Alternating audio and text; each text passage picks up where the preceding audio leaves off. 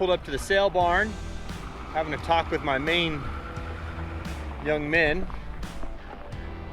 There's Christian. There's Leonard. There's the mullet himself, Justin. He looks like a pirate to me. He's got a crazy mustache and a curly mullet. He looks like he belongs on the high seas.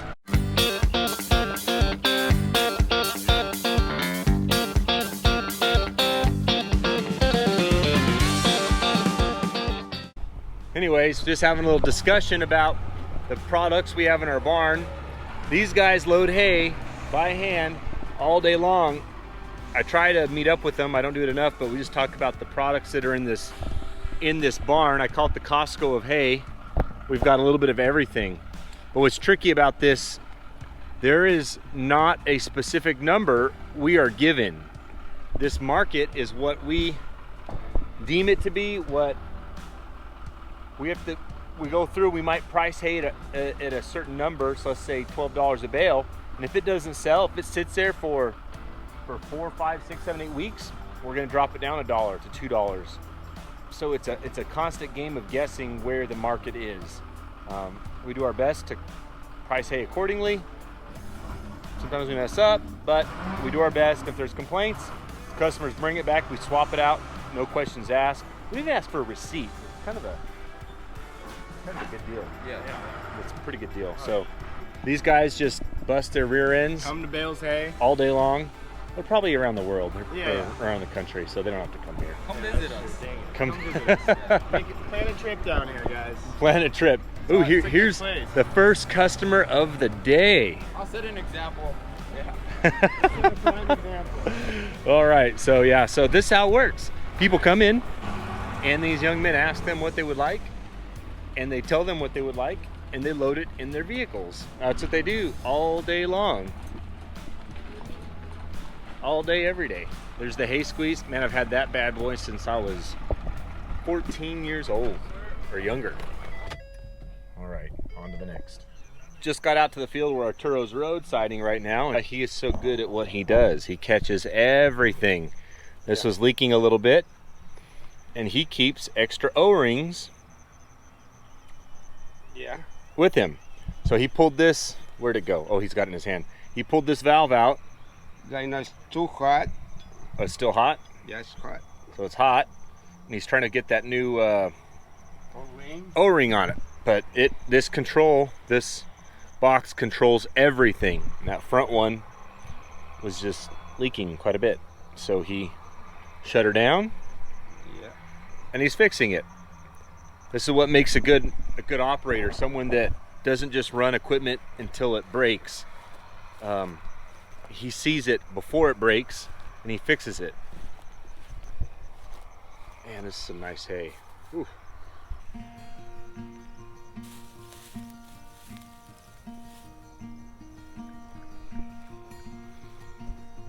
This is stuff called Supremium. Not really, just premium. I like it. Nice morning, not too hot. No, not too hot. It's only a little moisture in the hay. Yeah. Do you think this will, do you feel it? Do you think it'll tobacco later? No, this is fine. It's pretty good. You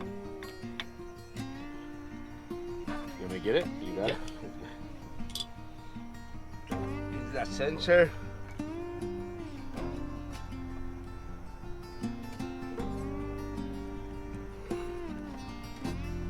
Yeah, we need to watch out everything.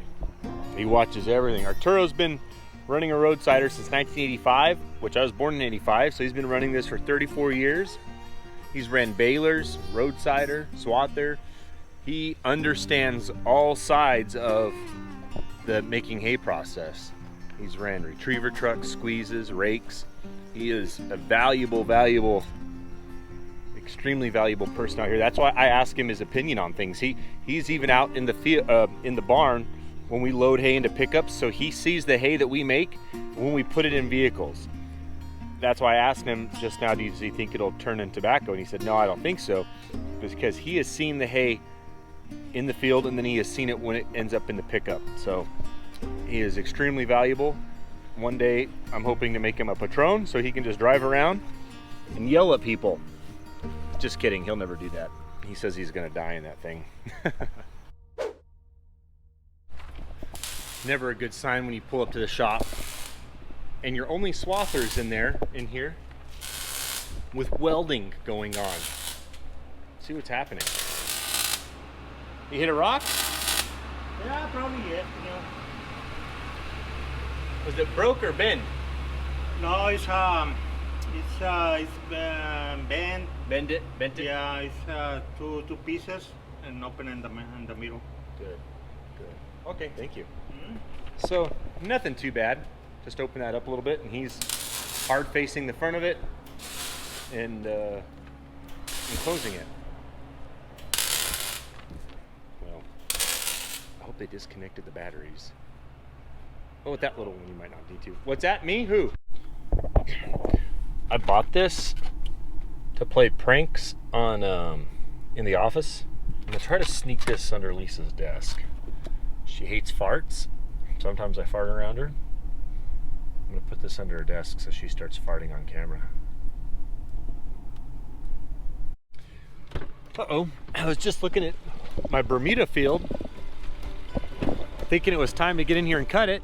The neighbor has cotton right here, and he was irrigating it. Well, he's done irrigating, but they left the tin up here. In my porthole where we irrigate the Bermuda, they leak. So now I've got 1, 2, 3, 4, at least 4 wet borders. So I'm gonna pull this out now. Oh, this water's gross.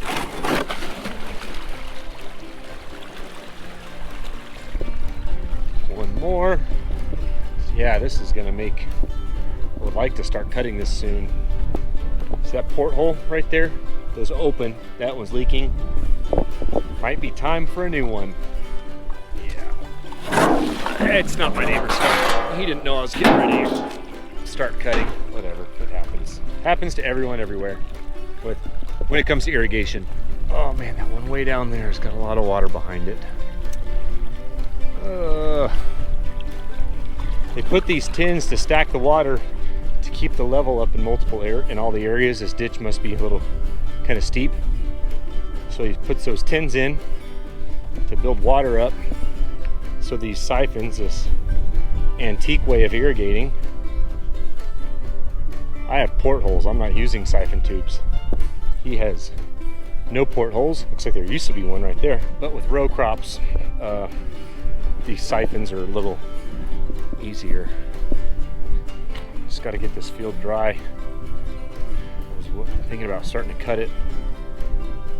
Brian doesn't have it on his list, but I was gonna slide it into the list. But now that it's got these wet spots, 2 more wet spots, it's not gonna get on the list till next week. All right, back to the comfort of air conditioning. Time to jump at the squeeze and unload some trucks. Cade is loading them in the field, and I'm going to unload them. And I bought some Bermuda from a friend. He's just got it makes 2 truckloads this time of year, which now is when it really yields well.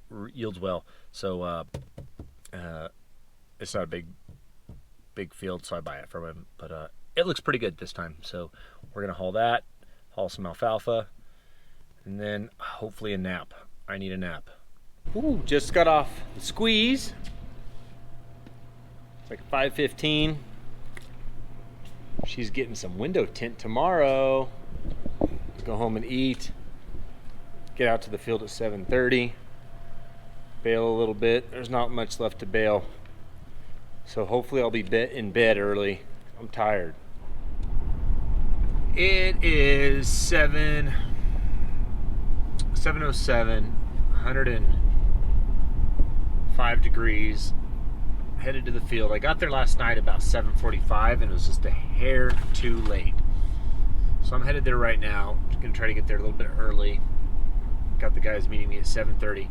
But so last night it was quite a bit cooler with that field being irrigated as well. They might still be irrigating. They might be done. I don't know. But it's quite a bit warmer today. So we might get there. We might have to wait a little bit. We'll see. hate when you pull up to a stop sign.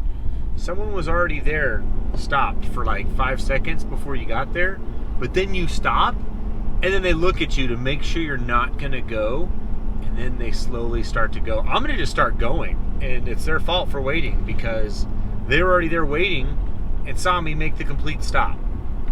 You guys are gonna say that's dangerous, but I don't care. I think it's dangerous to not go. Think of it that way. So we've been baling right behind the rakes, which works when we're dead in the middle of summer and we've got 114, 15 degree days, which today was 114. But one thing that's changing now that we're early September is our days aren't as long as they were. Because of that, even with the heat, I don't think we'll be able to bale right behind the rakes over here. It's just gonna be too green. This stuff's just a hair. It's just kind of bendy. Yeah, I was thinking there's a possibility, but it's just not gonna work. This stuff's just about ready to rake. There's a little grass in here. I'd say it's go time. Alrighty, I'm gonna call that guy. I left my phone on the pickup. Tell him it is ready. Awesome. So he's got 3 fields to rake tonight. 3 fields that 2 guys are gonna rake tonight. We've just got a few acres to bale up to finish. And that'll be it. Once I set the rakes up, I think I can go home and go to bed. We'll see. Cross your fingers. Blinking. How many locks does it take to lock this gate? Hopefully I have the right key. So rookie mistake, we're sitting over here in the southeast corner where it's dry. The balers, that is. And he says, if you check the east side, because we're sitting, or the west side, we're sitting on the east side. I said, no, so I drive down to the west side and it is more than ready to go. Rookie mistake. I thought, it's so dry here, no way is it ready down there. Well, it's ready to go. So they're driving over there right now, and we're gonna start baling. And by the time, as they incrementally move towards the east, it'll slowly soften up. By the time they get this way, they bale that other part, this will be ready to go as well. So luckily, there's just 65 acres to bale or so, maybe a little more. So we'll be out of here pretty soon. Okay, the baling is just about done. The rakes are all running and they know which fields to go to next and where to park. It's 9:15 and 87 degrees. I'm headed home to go to bed. Don't need to wake up early. Everything will be too wet to bail. Thanks for watching the show. I hope you guys enjoyed it. If you did like it, please hit the thumbs up button and subscribe if you already haven't. Make sure to tell your friends, your grandpa, your uncles. I know you guys all used to go to your grandpa, your uncle's farm when you were young. Make sure they watch the show. Thanks again.